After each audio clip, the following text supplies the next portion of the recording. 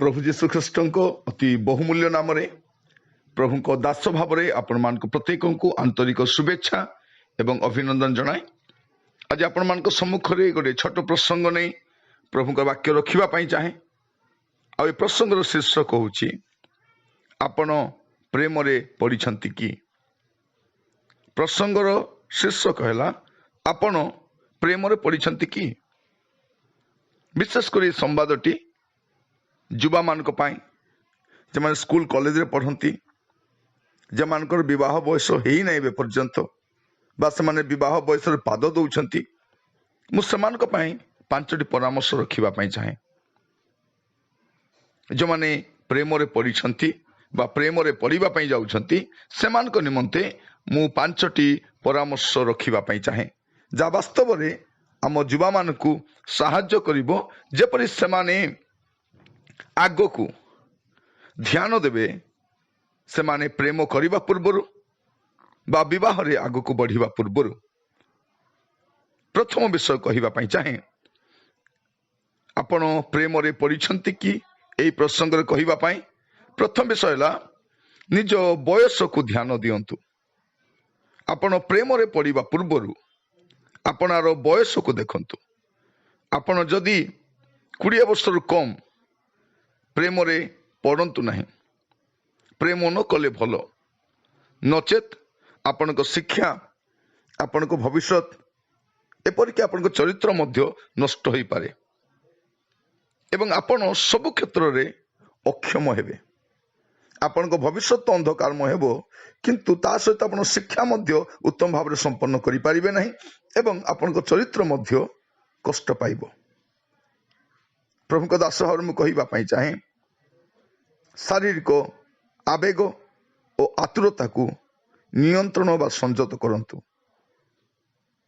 कारण कौन करवा उचित बा अनुचित ता आपण जानि न थांती एवं यह द्वारा आपण विराट भूल करि बसिबे। मैं आपन कहवाई चाहे प्रथम विषय आपणकर बयस को ध्यान दियंतु। यहाँ मोर प्रेम करिवार बयस कि कारण आज आम जो जगत में जहाँ देखुचु आम चतुर्पार्श्व जहाँ देखुचु स्कूल कॉलेज पढ़ुवा पिला माने टीन एज रो पिला माने विशेषकर आपण बयस जो रही से आग पछ किसी विचारती नहीं। से माने विभिन्न माध्यम रे से माने आकर्षित हुंती आउ से समय भूल कर बसंती जे से माने जहाँ करवा उचित नुहे समय अनुसार जहाँ करवा उचित नुहे ताहा कर बसंती। प्रथम विषय आपण जतले छात्र अवस्था रही से समय आपण शिक्षा को गुरुत्व देवे आपण भविष्य को गुरुत्व देवे। आग शिक्षा आग भविष्य आग चरित्र तापर आपण चयन करेंगे आपण क्या भल पाइबे बा बाहा हेबे यह द्वितीय विषय अटे। तेणु आपण माने प्रथम रे जो बयस को ध्यान दियंतु। यहाँ मोर प्रेम करिवार बयस कि।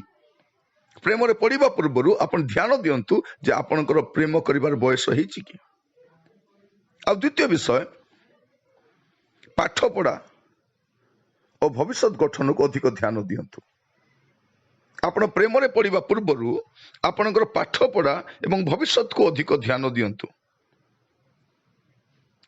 आपण युवावस्था रे उत्तम भाव में पाठ पढ़ी भविष्य गठन करने समय जदि आप भविष्य गठन करेंगे ना परवर्ती समय रे आपण कांदिबे।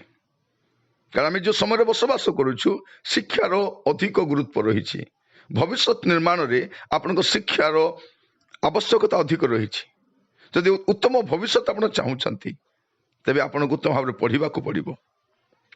किंतु जदि आप प्रेम रे पढ़े आपण पाठ पढ़ा एवं भविष्य गठन रे व्याघात सृष्टि हेबो। मैं आपन कहवाई चाहे जदि ए दुईटी विषय आप नष्ट करेंगे आग को आपण कि समाधान नथिबो। आपण पथभ्रष्ट हेबे एवं जीवन सारा हंतसंत हेबे। पाठ नथिले भल प्रस्ताव भी आसे नहीं। पाठ पढ़ी नथिले आपण भल जॉब भी करि परिबे नहीं। निज गोड़े ठिया हो पारिबे नहीं। आपण भविष्य अंधकारमय हो। तेणु आपण प्रेम रे पड़िबा पूर्व आज अनेक युवा पुओ झील माने किशोर अवस्था बा स्कूल पढ़ा बयस प्रेम पढ़ी से पाठ पढ़ा से भविष्य को नष्ट करिसेंती एपरिक से चरित्र नष्ट होती परवर्ती समय से कांदिबा पड़ी आ कांदिबा छड़ा किसी न थाए। तेणु आपण को आम द्वितीय परामर्श जे पाठ पढ़ा और भविष्य को अधिक ध्यान दिंतु। जदि आप प्रेम पढ़ी वर्तमान आप चिंता करें। आ तृतीय विषय आपण जो पुओ बा झील को भल पाउछंती बा भल पाइबा को जाउछंती से संपर्क को टिके ध्यान दिंतु। जांको सहित आपण अल्प समय मध्य एते घनिष्ठ होइछंती और द्रुत गति आग को बढ़ी चली मारी चली वास्तव में से कौन आपण उपयुक्त पात्र बा पात्री अटंती। ए प्रेम संपर्क को नहीं आपण भविष्य गठन करें कि टाइम पास करंतु नहीं। पाठ पढ़ा समय टाइम पास नहीं, भविष्य गठन करने समय टाइम पास नहीं, चरित्र टाइम पास करा जाए नहीं, विवाह संपर्क आग को बढ़ा समय टाइम पास करा जाए नहीं। तेणु आपणकर ए संपर्क भविष्य संपर्क आपण ज्ञान सीमित थिबारु आपण जो पुओ बा झील सहित संपर्क स्थापन करुछंती बंधुता स्थापन करुछंती से संपर्क आपण सचेतन हेबा दरकार। प्रेम सामयिक उत्तेजना नुह, टाइम पास नुह, या अति चिंता करके आग को बढ़ापी पड़ो। आज युवा माने घर बाहर जाई बाहर रही पाठ पढ़ती, स्कूल कॉलेज रुहती, यूनिवर्सिटी रुहती, एकाठी रुहती, मिसिकी ट्यूशन पढ़ती, ट्यूटोरियल रे जाती एवं अजଣା अचिन्ना व्यक्ति मान परे भरोसा करी निजर सर्वस्व समर्पण कर दियंती। यह कौन ठीक? आपण सबू बदलाई पारे, जीवन साथी बदलाई पारे नहीं। तेणु चिंता करंतु, प्रार्थना करंतु, अपेक्षा करंतु एवं परिवार को मध्य ध्यान दियंतु। जहाकू प्रेम करुछंती भविष्य रे बाहा हेबे तो से पुओ बा झील जो परिवेश रुहती आपण से परिवेश तो खाप खाई रही पारिबे तो से पुओ बा झील जो परिवार आसे से परिवेश तो आपनकर बंधुता स्थापन हो पारिबो तो। आमे बेले बेले भाबू नहीं से मोर रिलेटिव, से मोर कजिन भाव प्रवणता आउजी पड़ी किछि भूल करंतु नहीं, किछि भूल करंतु नहीं। मु कहिबा पई चाहे अविश्वासी सह तो प्रश्न उठु नहीं, विश्वासी हेले मध्य समय अपेक्षा करंतु। पुओ झील परस्पर संपर्क रे टिके ध्यान दिंतु। प्रेम रे पढ़िबा पूर्व यह अति गुरुत्वपूर्ण विषय अटे। मु गोटे शिक्षाविद भाव में कहू नहीं, गोटे साइकोलोजिस्ट भाव में कहू नहीं, गोटे प्रभु को दास भाव में कहूँ। कारण आपण भविष्य अति गुरुत्वपूर्ण अटे, आपण चरित्र अति गुरुत्वपूर्ण अटे। यही समय शिक्षा अति गुरुत्वपूर्ण अटे। आगामी समय अशिक्षित लोक मान स्थान बहुत कम थी, कारण शिक्षा नथिले आपण कोठे ठिया ही पारिबे नहीं। तेणु ए प्रेम रे पढ़िबा पूर्व आपण शिक्षा विषय चिंता करंतु, आपण भविष्य विषय चिंता करंतु। तापरे प्रेम प्रेम करबा पई बयस अछि, बयस कुआडे जाउ नहीं। आ चतुर्थ विषय मैं आपन सम्मुख रखिबा पई चाहे आवेग को नियंत्रण करंतु। आवेग को नियंत्रण करंतु, आवेग रे बशवर्ती है कि कोसी भूल करंतु नहीं। बाइबल कहे प्रेम को उत्तेजित करंतु नहीं। परम गीत तार 2 पर्व 7 पद लिखा जाए प्रेम को उत्तेजित करंतु नहीं। मु बेल थाउ थाउ आपण को सतर्क कराउछि, प्रेम को उत्तेजित कला भली, आपण शरीर को उत्तेजित कला भली कौन से प्रकार टीवी प्रोग्राम आप देखंतु नहीं। ए प्रकार कौन से कार्यक्रम आप देखंतु नहीं जहां द्वारा आप उत्तेजित हो पारिबे, आपनकर आवेग को आप कंट्रोल करि पारिबे नहीं। ए प्रकार कार्यक्रम देखंतु नहीं। ए प्रकार मैगजीन आप पढ़ंतु नहीं। ए प्रकार वेबसाइट आप खोलंतु नहीं। ए प्रकार यूट्यूब चैनल रे आप जानतु नहीं। ए प्रकार फ्रेंड्स आप रखंतु नहीं। जदि आप क्या पसंद करुछंती अपेक्षा करंतु एवं स्थिर होई रुहंतु, स्थिर भाव में निष्पत्ति नियंतु। यह मु कहिबा पई चाहे परम गीत तार 2 पर्व 7 पद लिखा जाए। मु आपन को पाई द्वितीय अंश पढ़ुछि। प्रेमर बासना नहिबा पर्यंत तुमे माने प्रेम को जगाओ नहीं कि उत्तेजना करो नहीं। समय पूर्वर प्रेम को उत्तेजित करंतु नहीं। ए प्रेम को उत्तेजित करबा पाई एई माध्यम गुड़ा बहुत ए निशा द्रव्य, ए वल्गर मैगजीन, ए वेबसाइट, यूट्यूब, टीवी चैनल, अनेक टीवी प्रोग्राम, अनेक सिनेमा गुड़ा रही जा आपण को गातर पकईदेव। आज पिला माने जो भाव से प्रेम को आखि बुझा जाउछंती, या ब्रेक फेल गाड़ी भाया से कुआड़े जाउछन से जानते ना। एक कथा मु कहीं कहूँ, बयस कम थिबारु आपण दूरदृष्टि नुहंती, सठिक व्यक्ति को आपण चयन करि परिबे नहीं। ए संपर्क आपण काहारी परामर्श भी नहीं पारिबे नहीं। तेणु भूल करिवार संभावना अधिक रही। गुप्त प्रेम कष्ट दिए, समस्या सृष्टि करे। तेणु आपण कौन करिवे, आवेग को आपण नियंत्रण करिवे, आपण आवेग को नियंत्रण करिवे। आपण ए प्रकार सांग सहित रुहतु ना, ए प्रकार चैटिंग करंतु नहीं, ए प्रकार माहौल को जातु ना जोटी आपनकर आवेग उत्तेजित हेबो एवं आपण भूल करि बसिबे। आपण प्रेम रे पड़िछंती कि बा प्रेम रे पड़िबा को जाउछंती कि ए विषय गुडा आपण सतर्क हेबा दरकार, जहां द्वारा आपनकर शिक्षा, आपनकर भविष्य, आपनकर चरित्र, एपरिक आपनकर परवर्ती जीवन बा जीवन साथी मंगलजनक हो पारिबो। पंचम विषय, आपण प्रेम रे पड़िछंती कि प्रसंग रे पंचम विषय रखिबा पई चाहे थरे आपणक अभिभावक को संपर्क रे भावी देखंतु। आपणक पेरेंट्स, आपण निज घर लोक विषय के भावी देखंतु। प्रेम करबा समय कौन हुए, आमे कहा विषय भावी न था। प्रेम रे पड़िबा पूर्वरु ना बापा ना माँ ना भाई ना परिवार ना ईश्वर ना मंडली किछि माइंड आस ना, केवल प्रेम ही देखा जाए।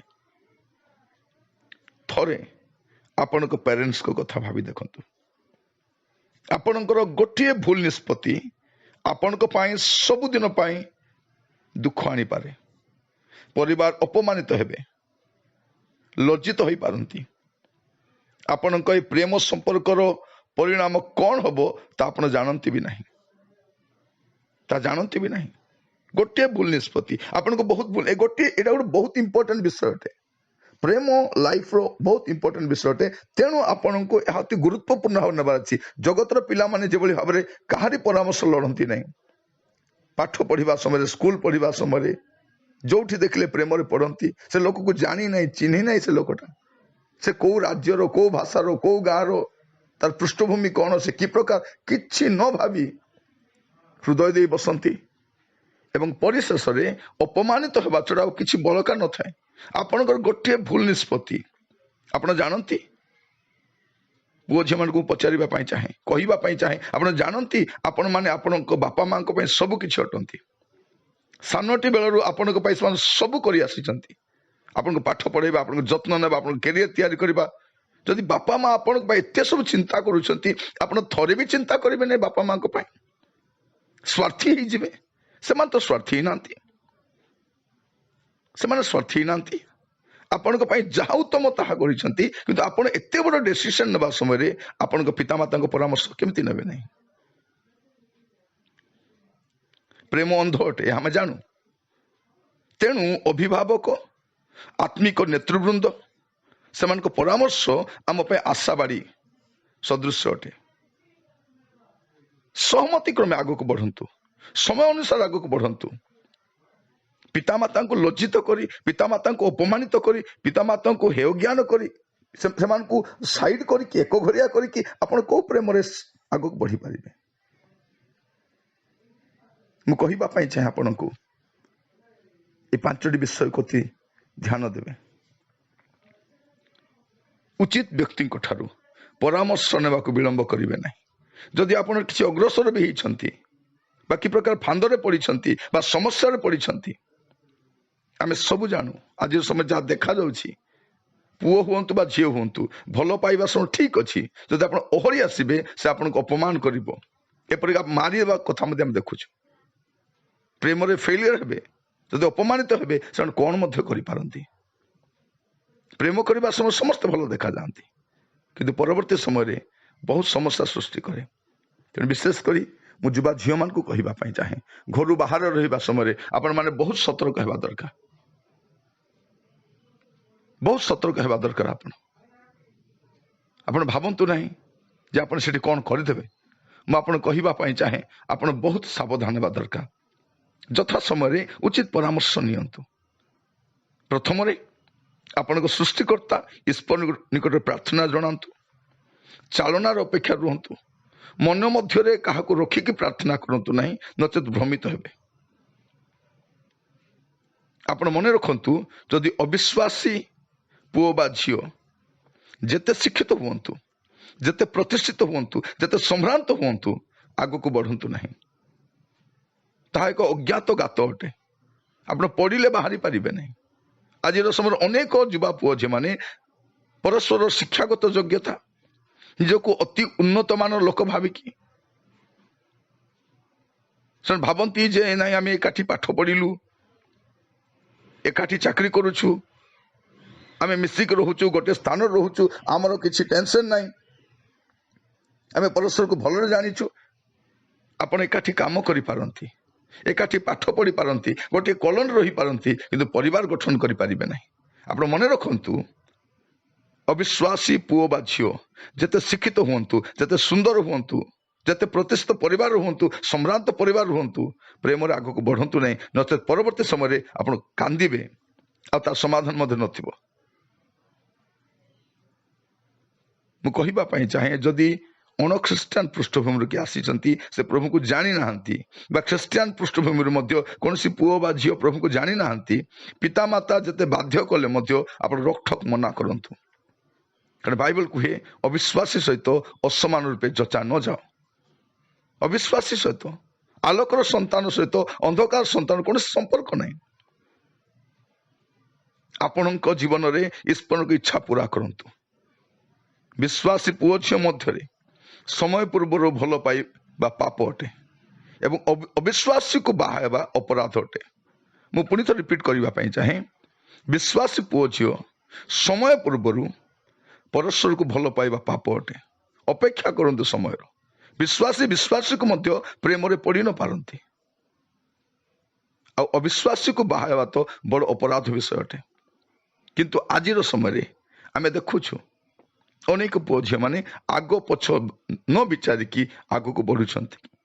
ଏ ସମ୍ବାଦ ବିଶେଷ କରି ଯେଉଁମାନେ 20 ବର୍ଷରୁ କମ୍ ବୟସର ଅଛନ୍ତି ସେମାନଙ୍କ ପାଇଁ, ଯେଉଁମାନେ ଭଲ ମନ୍ଦର ଜ୍ଞାନ ବି ଜାଣନ୍ତି, ପାଠ ପଢ଼ିଛନ୍ତି କିନ୍ତୁ ଶିକ୍ଷା ମଧ୍ୟ ପୁରା କରିନାହାନ୍ତି, ଭବିଷ୍ୟତ ପାଇଁ ମଧ୍ୟ ସେମାନଙ୍କର ପାଠପଢ଼ା ଏତେ ଆଗକୁ ଯାଇନାହିଁ, ଚରିତ୍ର ମଧ୍ୟ କ'ଣ ହେବ ଜାଣିନାହାନ୍ତି ସେମାନେ। ମୁଁ କହିବା ପାଇଁ ଚାହେଁ, ଯଦି ଏ ଗୋଟିଏ କ୍ଷେତ୍ରରେ ଆପଣ ଅକ୍ଷମ ହେବେ, ଆପଣଙ୍କ ଭବିଷ୍ୟତ ଅନ୍ଧକାରମୟ ହେଇଯିବ। ଆଜି ବେଳ ଥାଉ ଥାଉ ଆପଣଙ୍କ ଆବେଗକୁ, ଆପଣଙ୍କ ଆତୁରତାକୁ ନିୟନ୍ତ୍ରଣ କରନ୍ତୁ, ସଂଯତ କରନ୍ତୁ, ନଚେତ୍ ପରବର୍ତ୍ତୀ ସମୟରେ ଆପଣ ବହୁତ କଷ୍ଟରେ ପଡ଼ିବେ, ବହୁତ କଷ୍ଟରେ ପଡ଼ିବେ। ଆପଣ ଯଦି ପ୍ରେମରେ ପଡ଼ିଛନ୍ତି, ତେଣୁ ଏ ପ୍ରସଙ୍ଗ ମୁଁ ପ୍ରସ୍ତୁତ କଲି, ଆପଣ ପ୍ରେମରେ ପଡ଼ିଛନ୍ତି କି? ଏ 5ଟି ପରାମର୍ଶ ଧ୍ୟାନ ଦେବେ, ଧ୍ୟାନ ଦେବେ। ବାଇବେଲରେ ଗୋଟେ ପଦ ଲେଖାଯାଏ, ଏଫେସୀୟ 5 ପର୍ବ ତାର 17 ପଦ, ଏଣୁ ନିର୍ବୋଧ ନ ହୋଇ ପ୍ରଭୁଙ୍କ ଇଚ୍ଛା କ'ଣ ତାହା ବୁଝ। ନିର୍ବୋଧ ହୁଅନ୍ତୁ ନାହିଁ। ପ୍ରେମ କରିବା ପାଇଁ ବୟସ ଅଛି। ପ୍ରେମ କୁଆଡ଼େ ଯାଏ ନାହିଁ। ପ୍ରେମ ଆପଣ ଆପଣଙ୍କ ଜୀବନରେ ବ୍ୟବହାର କରିପାରିବେ, କିନ୍ତୁ ସମୟ ଅଛି, ବୟସ ଅଛି। ବିବାହ ପୂର୍ବରୁ, ଯୁବାବସ୍ଥାରେ ଆମେ ଯାହା ବି ସମ୍ପର୍କ ରଖୁ, ଶାରୀରିକ ସମ୍ପର୍କ, ଏଗୁଡ଼ାକ ପାପ ଅଟେ। କିନ୍ତୁ ବିବାହ ପରେ ସ୍ୱାମୀ ସ୍ତ୍ରୀ ମଧ୍ୟରେ ଯେଉଁ ସମ୍ପର୍କ ରଖାଯାଏ ତା ପବିତ୍ର ଅଟେ। ଆଜି ଏ 5ଟି ବିଷୟକୁ ଆପଣ ଧ୍ୟାନ ରଖିବେ। ପ୍ରଥମ ବିଷୟ, ଆପଣ ପ୍ରେମରେ ପଡ଼ିବା ପୂର୍ବରୁ ଯେଉଁ ବୟସକୁ ଧ୍ୟାନ ଦିଅନ୍ତୁ। ଏହା କ'ଣ ପ୍ରେମ କରିବାର ବୟସ, ନା ଶିକ୍ଷା ଅର୍ଜନ କରିବା, ଭବିଷ୍ୟତ ଗଠନ କରିବାର ବୟସ? ଆଉ ଦ୍ୱିତୀୟ ବିଷୟ, ପାଠପଢ଼ା ଆଉ ଭବିଷ୍ୟତକୁ ଅଧିକ ଧ୍ୟାନ ଦିଅନ୍ତୁ। ଯଦି ଉତ୍ତମ ପାଠ ପଢ଼ିବେ, ଭବିଷ୍ୟତ ତିଆରି କରିବେ, ଆଗାମୀ ସମୟରେ ଆପଣ ଶାନ୍ତିରେ ରହିପାରିବେ, ଉତ୍ତମ ବନ୍ଧୁ ବା ବାନ୍ଧବୀ ଆପଣ ପାଇପାରିବେ, ନଚେତ୍ ହନ୍ତସନ୍ତ ହେବେ। ତୃତୀୟ ବିଷୟ, ଆପଣ ଯେଉଁ ପୁଅ ବା ଝିଅ ସହିତ ପ୍ରେମରେ ପଡ଼ିବାକୁ ଯାଉଛନ୍ତି ବା ପଡ଼ିଛନ୍ତି, ତାଙ୍କ ସହିତ ଭବିଷ୍ୟତ ଗଠନ କରିପାରିବେ କି? ହୁଏତ ଆପଣଙ୍କର ରିଲେଟିଭ୍ ହେଇପାରନ୍ତି, କଜିନ୍ ହେଇପାରନ୍ତି, ବା ହେଇ ନପାରନ୍ତି। ଆପଣ ସେ ପରିବେଶରେ ରହିପାରିବେ କି? ସେ ପରିବାର ତ ଖାପ ଖୁଆଇ ଚଳିପାରିବେ କି? ସେ ପୁଅ ବା ଝିଅ ଯେଉଁ ପାଠ ପଢ଼ୁଛନ୍ତି ଆପଣଙ୍କ ଭବିଷ୍ୟତ କଢ଼େଇ ନେଇପାରିବ କି? ସାବଧାନ। କୌଣସି ବ୍ୟକ୍ତି ସହିତ, ଅଜ୍ଞାତ ବ୍ୟକ୍ତି ସହିତ ଘନିଷ୍ଠତା ବଢ଼େଇବା ପୂର୍ବରୁ ଚିନ୍ତା କରନ୍ତୁ। ଆଉ ଚତୁର୍ଥ ବିଷୟ କହୁଥିଲି ଆପଣଙ୍କୁ, ଆପଣଙ୍କ ଆବେଗକୁ ନିୟନ୍ତ୍ରଣ କରନ୍ତୁ। ଆପଣଙ୍କୁ ଉତ୍ତେଜିତ କଲା ଭଳିଆ ଯେକୌଣସି ପୁସ୍ତକ, website, YouTube, TV channel, cinema, friends, ସେମାନଠାରୁ ଅଲଗା ରୁହନ୍ତୁ। ଏବଂ ପଞ୍ଚମରେ ଅତି ଗୁରୁତ୍ୱପୂର୍ଣ୍ଣ ବିଷୟଟେ, ଆପଣ ପ୍ରେମରେ ପଡ଼ିବା ପୂର୍ବରୁ ଥରେ ଆପଣଙ୍କ ଅଭିଭାବକଙ୍କ ସମ୍ପର୍କରେ ଭାବି ଦେଖନ୍ତୁ। ଆପଣଙ୍କର ଗୋଟିଏ ତ୍ରୁଟି ସେମାନଙ୍କୁ ଭାଙ୍ଗିଦେବ। ଆପଣଙ୍କ ଗୋଟିଏ ଭୁଲ ନିଷ୍ପତ୍ତି ପରିବାର ଅପମାନ ନେଇ ଆସିବ। ଲଜ୍ଜିତ ହେବେ ସେମାନେ। ଇଭେନ୍ ଆପଣ ମଧ୍ୟ କାହା ସମ୍ମୁଖ ମୁହଁ ଦେଖାଇ ପାରିବେନି। ମୁଁ କହିବା ପାଇଁ ଚାହେଁ, ପ୍ରାର୍ଥନାର ସହିତ ସ୍ଥିର ରୁହନ୍ତୁ।